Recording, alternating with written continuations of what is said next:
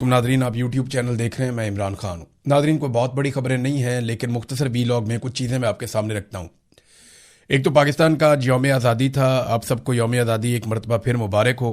हमें एक अलग मुल्क मिल गया, लेकिन हमें अपनी मंजिल नहीं मिली। इसके बारे में एक कॉलम भी लिखा है, एक तहरीर है अधूरी आज़ादी के नाम से, अंग्रेज़ी में लिखी है जस्टिस मंसूर अली शाह साहब ने।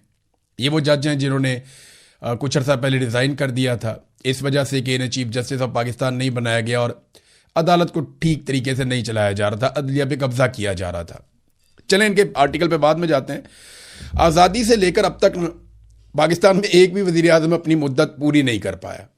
यानी पाकिस्तान के जर्नैलों ने एक भी वज़ीर आज़म को अपनी मुद्दत पूरी नहीं करने दी कि 5 साल के लिए अवाम ने मुंतखब किया तो किसी एक को तो हम 5 साल पूरे करने दें।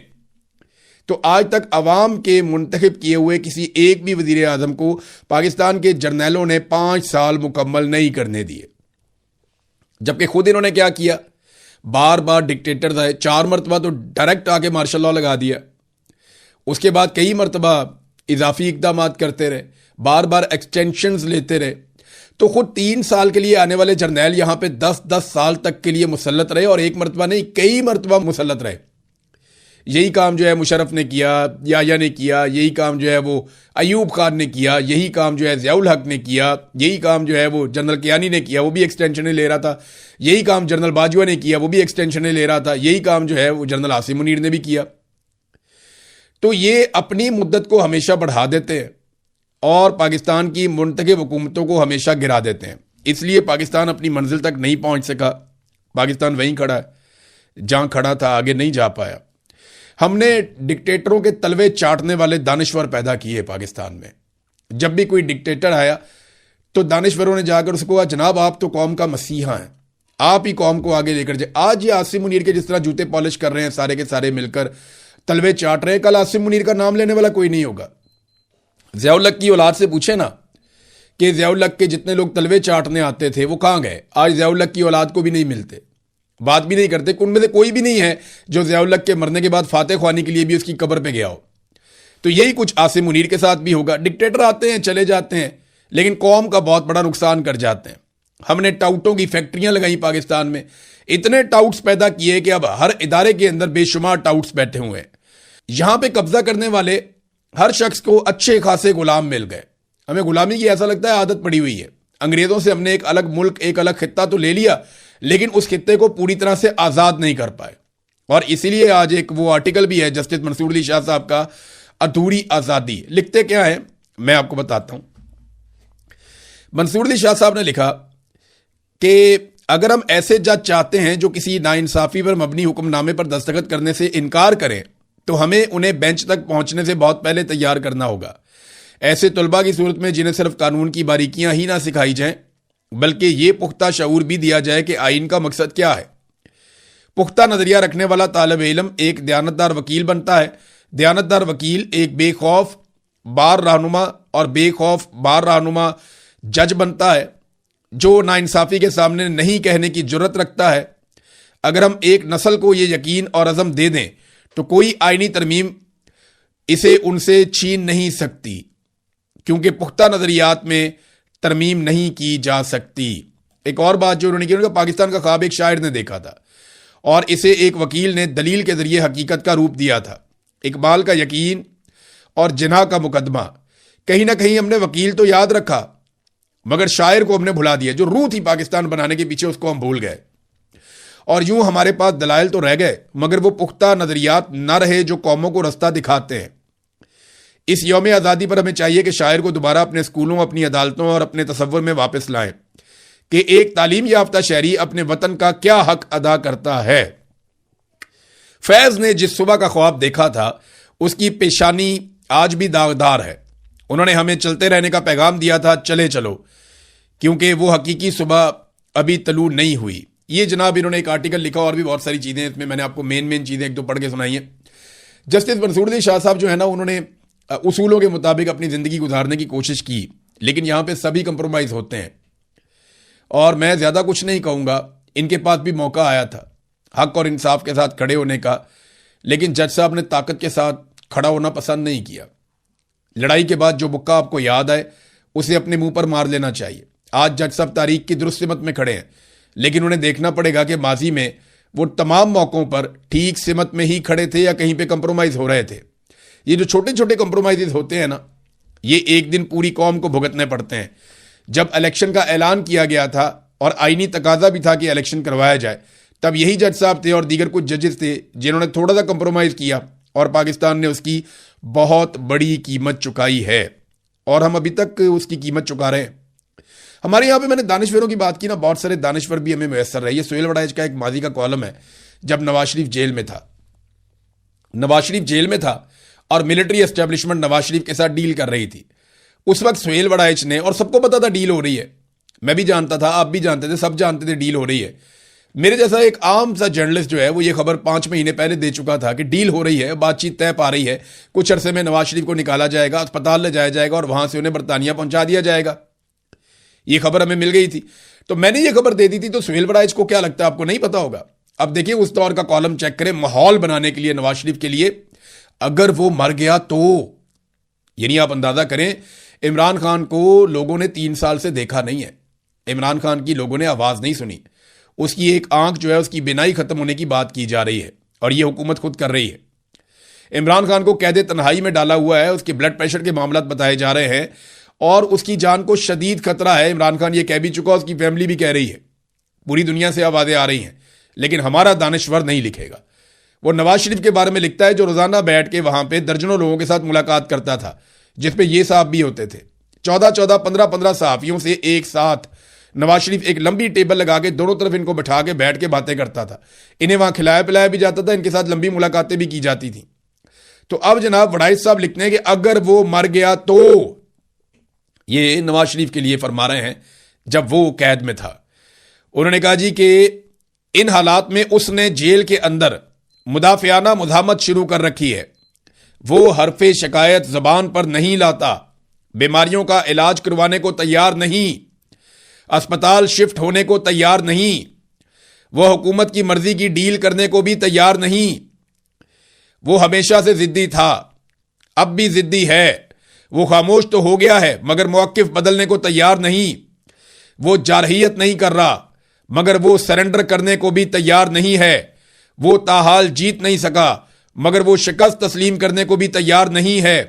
अब आप अंदाजा करें कि ये गेम उठाई हुई थी सुहेल वड़ाइच साहब ने नवाज शरीफ की जब वो जेल के अंदर था, और ये सारी गंदी हरकतें नवाज शरीफ ने की हैं। रोला भी बहुत डाला, मैं मर गया, ये हुआ, शोर मचा दिया, सारे खानदान ने रोला डाल दिया, बीमारी का बहाना बना लिया, जाली प्लेटलेस करके अस्पताल में शिफ्ट हो गया, अस्पताल से पाकिस्तान से बाहर निकल गया 50 रुपए का स्टाम्प पेपर देके। और कौम को ये दानिश्वर उस वक्त क्या कहानियां सुना रहे थे, वो सरेंडर नहीं करेगा, अस्पताल नहीं जाएगा, भागेगा नहीं। और अब ये उसी नजरिए को तोड़ने में दिन रात लगे। इमरान खान सरेंडर क्यों नहीं करता भाई? इमरान खान फौरी तौर पर हथियार पहन के बैठ के बातचीत करे। इमरान खान को मशवरे सरेंडर करो। नवाज शरीफ जो सरेंडर करने के लिए तरस रहा था, उसको मशवरे खड़ा रहा, डटा रहा, और उसके बारे में कसीदे लिखे जा रहे थे। ये हमारे दानिश्वर है जो मिलिट्री एस्टेब्लिशमेंट चाहती है ना, ये उस तरफ को अपने कलम का रुख मोड़ देते हैं। इनके कलम की जो नोक है ना, वो आम आदमी के सीने को ही छल्ली करती है और कुछ नहीं करती। इन्होंने हमेशा डिक्टेटरों और ताकतवरों के कहने के ऊपर अपने कलम को तवाइफ की तरह इस्तेमाल किया, इस तरह के सहाफियों ने, और ये लगातार करते चले आ रहे हैं। एक वो भी सहाफी था जिसने जाके कहा था, बहुत बुजुर्ग आदमी है, उन्होंने जाकर ज़ियाउल हक को कहा था कि आप तो कौम के मसीहा हैं, आप ही तो कौम को निकालेंगे इन मसाइल से। इसी तरह अयूब खान को भी इसी तरह के बहुत सारे मुयस्सर थे। वो साले जाफे आजकल इमरान खान के बारे में जेल की अजीब अजीब कहानियां बताता है। इसने वो लिखा कि नवाज शरीफ के घर से कोई गंदी फिल्में और 7 जिनसी अद्वियात मिल गई हैं, शहबाज शरीफ के कमरे से भी मिल गई हैं, ये प्राइम मिनिस्टर हाउस से चीजें मिल गई हैं। इसकी अपने नाम से खबर छपी हुई है जंग के ऊपर, और आज ये वहां पे चहीता बना हुआ है। तो ये डिक्टेटरों के, जर्नैलों के कहने के ऊपर उन्होंने खबरें लिखी हैं। पाकिस्तान की सहाफत का बेड़ा गर्क किया। हम बदकिस्मत लोग हैं, इनकी खबरें पढ़ पढ़ के हमने जर्नलिज्म सीखा। हम बदकिस्मत लोग हैं कि हमने इनकी लिखी हुई किताबें और इनकी लिखी हुई जर्नलिज्म हमने पढ़ी, क्योंकि उर्दू जर्नलिज्म के अंदर यही लोग पाकिस्तान में मौजूद थे। बदकिस्मती से यही लोग, इसी तरह के लोग आगे वहां पढ़ाते रहे। वो तो अल्लाह का शुक्र है कि वहां पे इस तरह के लोग मौजूद थे जो ताज़ा हवा का झोंका थे। मैं ऐसा नहीं कह रहा कि सारे ही बहुत बुरे थे, बहुत अच्छे प्रोफेसर, बहुत अच्छे टीचर, बहुत अच्छे लोग भी मौजूद थे, लेकिन उन्हें कभी आगे आने नहीं दिया गया क्योंकि उन्होंने जर्नैलों के तलवे नहीं चाटे। लेकिन फिर भी उन्होंने अवाम को, तालिबे इल्मों को शऊर दिया, उनका बहुत शुक्रिया। नाजरीन, अब 1.5 माह रह गया है आज 14 अगस्त है और 27 तारीख को सितंबर की इमरान खान साहब के लिए एक बहुत बड़ा फाइनल खेलने जा रहे हैं सुहेल अफरीदी। अफरीदी साहब का कहना है कि 20 लाख लोगों को वो लेकर आएंगे। फिर उनका ये भी कहना है कि 5.5 लाख लोग अब इकट्ठे हो गए हैं इमरान खान रिहाई अमन फोर्स में, और ये जो 5.5 लाख लोग इकट्ठे हुए हैं इनमें ज्यादातर पंजाब के लोग हैं। बहुत बड़ी कामयाबी है। 1.5 माह में कितनी तैयारी कर सकते हैं? देखिए, जितना होगा इनको जोर लगाना पड़ेगा, क्योंकि अब ये मामला इमरान खान की रिहाई का नहीं, इमरान खान की जिंदगी का मामला है। अगर ये इमरान खान साहब को जिंदा देखना चाहते हैं और ये चाहते हैं कि इमरान खान साहब बाहर आ जाएं और जिंदा रहें और मुकाबला करें और लीड करें, तो उसके लिए इन्हें आखिरी मर्तबा पूरा जोर लगाना पड़ेगा। आखिरी मर्तबा तो कोई नहीं होती, कल को दोबारा भी लड़ाई हो सकती है। हो सकता है इस मर्तबा कामयाब ना हो, 2 महीने बाद फिर निकल आए, महीने बाद फिर निकल आए, या ये तहरीक थोड़ी लंबी हो जाए। तो तहरीकें चलती रहती हैं, आखिरी तहरीक कोई नहीं होती। लफ्ज़ आखिर कोई भी नहीं होता। जिद्दोजहद के अंदर कुछ भी आखिरी नहीं होता। वो आपको तब तक करनी होती है जब तक आप जीत नहीं जाते। तो अब खान साहब की जिंदगी का मसला है, बाकी सारे मसाइल के साथ साथ तो अलग अलग इत्तलात उनकी सेहत के हवाले से आती रहती हैं। और अब तो जो सोर्सेज आपको खबर देते हैं आप उन पर भी भरोसा नहीं कर सकते। उसकी वजह यह है कि इंटेलिजेंस एजेंसियों ने बड़े ज़बरदस्त तरीके से कंट्रोल कर लिया पूरे निज़ाम को, हर चीज़ को। तो अब जो सोर्सेज से खबर आती है उसको भी बहुत ज़्यादा वेरीफाई करना पड़ता है। यानी मेरे जैसा सहाफ़ी जो है वो डायरेक्टली मैं उठा के कोई खबर दे नहीं सकता। सोर्सेज की बुनियाद के ऊपर बहुत सारा कुछ देख के परख के फिर आप सोचते हैं कि ये खबर देनी है या नहीं देनी, क्योंकि इंटेलिजेंस एजेंसियों का कब्जा बड़ा ज़बरदस्त तरीके से है और ये एक मॉडल को फॉलो कर रहे हैं जो मोहम्मद मुर्सी का मॉडल है। मुर्सी के मॉडल को ये फॉलो कर रहे हैं, वहीं से इन्होंने गाइडेंस ली है। मुर्सी भी जेल से ये कहता था कि ये मुझे मार देंगे, अगर मैं मर गया तो जिम्मेदार फील्ड मार्शल होगा। मुर्सी को भी कहते तन्हाई में डाला गया था। मुर्सी की मौत की जाली खबरें भी जेल से बार बार निकाली गई थी पब्लिक का रिएक्शन देखने के लिए। मुर्सी के हवाले से सही और गलत खबरें बार बार फैलाई गई अवाम का रिएक्शन देखने के लिए, चीज़ों के ऊपर नज़र रखने के लिए। तो वो जो तजर्बा वहां किया गया था उसी तजर्बे को रिपीट किया जा रहा है पाकिस्तान में। नाजरीन, एक चीज़ मैं आपको बताऊं कि अवाम जहां पे मिलिट्री ऑपरेशन के खिलाफ है वहीं पे अवाम दहशतगर्दों के भी बहुत खिलाफ है। ये जब लोग कहते हैं ना कि हम मिलिट्री ऑपरेशन नहीं होने देंगे, इसका मतलब ये नहीं है कि लोग दुश्मन हैं या लोग दहशतगर्द हैं या लोग दहशतगर्दों के साथी बन गए। ये जो लोग कहते हैं ना कि मिलिट्री ऑपरेशन नहीं होने देंगे, उसके पीछे वजह यह है कि लोगों को यह लगता है कि मिलिट्री सिविलियंस के इलाकों में जब भी घुसती है बहुत तबाही करती है और उनको कोई डीलिंग का तजुर्बा नहीं है। ना वो वहां के आम लोगों को जानते हैं, ना वहां के हालात को जानते हैं, ना वहां की रवायात को जानते हैं। तो वो जिस किस्म की एक्टिविटीज वहां करते हैं उससे बहुत बड़ी तबाही हो जाती है। और एक मरतबा भी ऐसा नहीं हुआ कि मिलिट्री ऑपरेशन के बाद जो वादे किए गए हों उनको पूरा किया जाए। लिहाजा अवाम दहशतगर्दों के जितना खिलाफ है उतना ही अवाम मिलिट्री ऑपरेशंस के भी खिलाफ है। लेकिन जब यही ऑपरेशंस पुलिस करें तो अवाम बड़ी तादाद में निकलकर पुलिस के साथ मिल जाती है। ये दीर में एक अवामी लश्कर निकला और पुलिस स्टेशन के ऊपर हमले की कोशिश की जा रही थी। बड़ा खौफनाक अटैक था, मुसल्ला हमला अवर 14 अगस्त से पहले दीर पुलिस लाइन पर कब्जा करना चाहते थे, मगर आम शहरी निकले, उन्होंने हथियार उठाए और पुलिस के साथ जाकर खड़े हो गए शाना बशाना। तो शहरियों ने इतना शानदार मुकाबला किया कि दहशतगर्दों को पसपा होना पड़ा। फिर बाद में कुछ वीडियो तस्वीरें आई, बड़े खूबसूरत मनाजिर थे। पुलिस वाले जो है वो आम शहरियों के गले मिल रहे थे, दोनों मिलकर एक दूसरे को मुबारकबाद दे रहे थे, क्योंकि इन दोनों ने मिलकर उन दहशतगर्दों को शिकस्त दी जिन्हें पाकिस्तान की मिलिट्री एस्टेब्लिशमेंट ने पाकिस्तान के अंदर दाखिल किया और लाकर उनको यहां पे बसाया।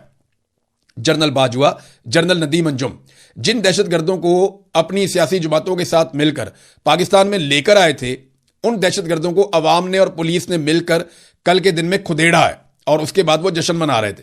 तो पुलिस और अवाम मिलकर दहशतगर्दी को खत्म कर सकते हैं। आप सिर्फ जो वसाइल इतने सारे आपने फौज को दिए हुए ना, जितने वसाइल पाकिस्तान में फौज को दिए हुए उसका 20% आप पुलिस को दे दें। ये हर पुलिस वाला मेरी बात सुन ले और मैं लिख कर देने के लिए तैयार हूं। दहशतगर्दी के खिलाफ जिस तरह लड़ाई पुलिस लड़ सकती है ना, फौज कभी लड़ ही नहीं सकती। दहशतगर्दी को जैसे जड़ से पुलिस उखाड़ के फेंक सकती है ना, फौज कभी इसके बारे में सोच भी नहीं सकती।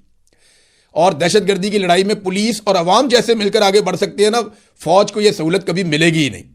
वजह यह है कि मिलिट्री ऑपरेशंस का हमेशा नुकसान हुआ, अवाम बल्कि फौज के और खिलाफ हो गई कि ये हमारे इलाके में क्या करके चले गए, बाद में कोई भरवाई भी नहीं हुई। तो पुलिस जानती है कि कैसे डील करना है पब्लिक और कैसे उनके साथ चलना है। और याद रखिएगा, जो गलियों मोहल्लों के इलाकों के ऑपरेशन है ना, उनमें पुलिस वाले बहुत दलेर होते हैं, बहुत बहादुर होते हैं। फौज अपने एसओपी से बाहर नहीं जाती, फौज को मिलकर लड़ने की आदत होती है। पुलिस वाला अकेला भी लड़ पड़ता होता है। ये मैं आपको बता रहा हूं कि उनकी ट्रेनिंग अलग अलग है ना। तरीकाकार अलग अलग है लड़ने का। फौज को जितना इक्विपमेंट और जितना सामान दिया ना, उसका 20% आप पुलिस को दे दें, पुलिस पूरे पाकिस्तान से दहशतगर्दी उखाड़ के बाहर फेंक दे।